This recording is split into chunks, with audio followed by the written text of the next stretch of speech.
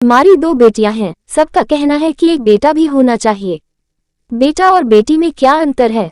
ये बहुत गलत सोच है। आज के युग में बेटा और बेटी में फर्क नहीं करना चाहिए। मेरी दृष्टि से बिल्कुल भी उचित नहीं है।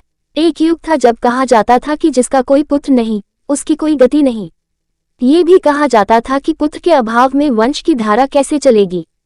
कुछ दिन पूर्व एक सज्जन मेरे पास आए।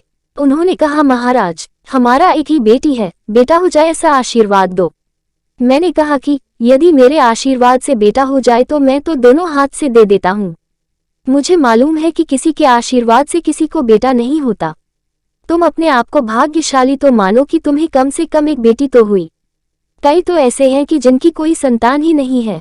वो बोला, नहीं महाराज, हमारा वंश कैसे चलेगा। मैंने कहा, तुम्हारा वंश कैसे चलेगा मुझे मालूम नहीं। संसारी जीवों का जो वंश होता है वो लंबा नहीं चलता। मैंने उनसे कहा, तुम कह रहे हो हमें कोई संतान नहीं तो वंश कैसे चलेगा। भगवान महावीर की कोई संतान नहीं थी, उनका वंश कैसे चल गया। युग युगांतरों तक उनका वंश चलेगा। भगवान महावीर की कोई संतान नहीं, लेकिन उन्होंने अपने आप को धर्म की पथ पर अर्पित कर दिया।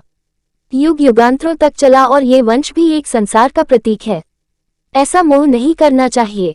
बेटे और बेटियों के फर्क की मानसिकता ने ही समाज में लड़कियों का लिंगानुपात बिगाड़ दिया है। आज लड़के और लड़कियों के बीच का अनुपात बिगड़ जाने के कारण ही है कि लड़कियों की बहुत कमी होने से लड़के अविवाहित बैठ रहे हैं। अनेक प्रकार से भ्रूण हत्या, अबॉर्शन जैसे कुकर्मों के फलस्वरूप समाज में जो विकृति उभरी है, बहुत चिंतनीय है। हमें इसके प्रति सजग और सावधान होना चाहिए।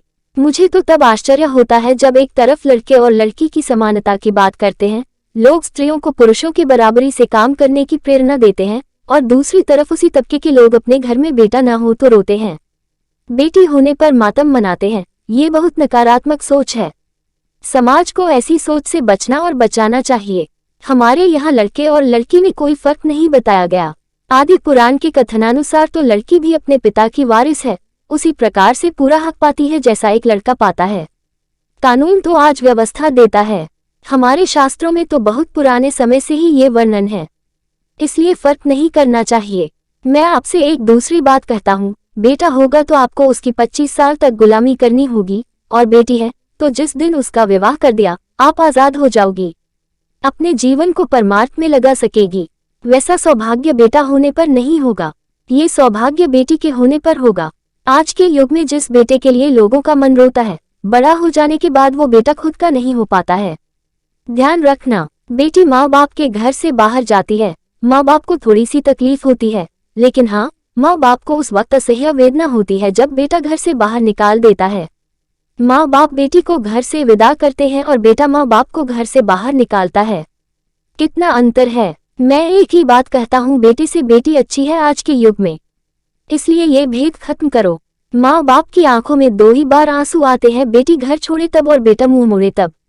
बेटी की विदाई से माँ बाप को वो कष्ट नहीं होता जो कष्ट बेटे की बेवफाई से होता है। इसलिए ये विकल्प छोड़ दो, जो तुम्हें सहज रूप से प्राप्त हुआ है उसे स्वीकार करके अपने मन को आनंद से भर दो।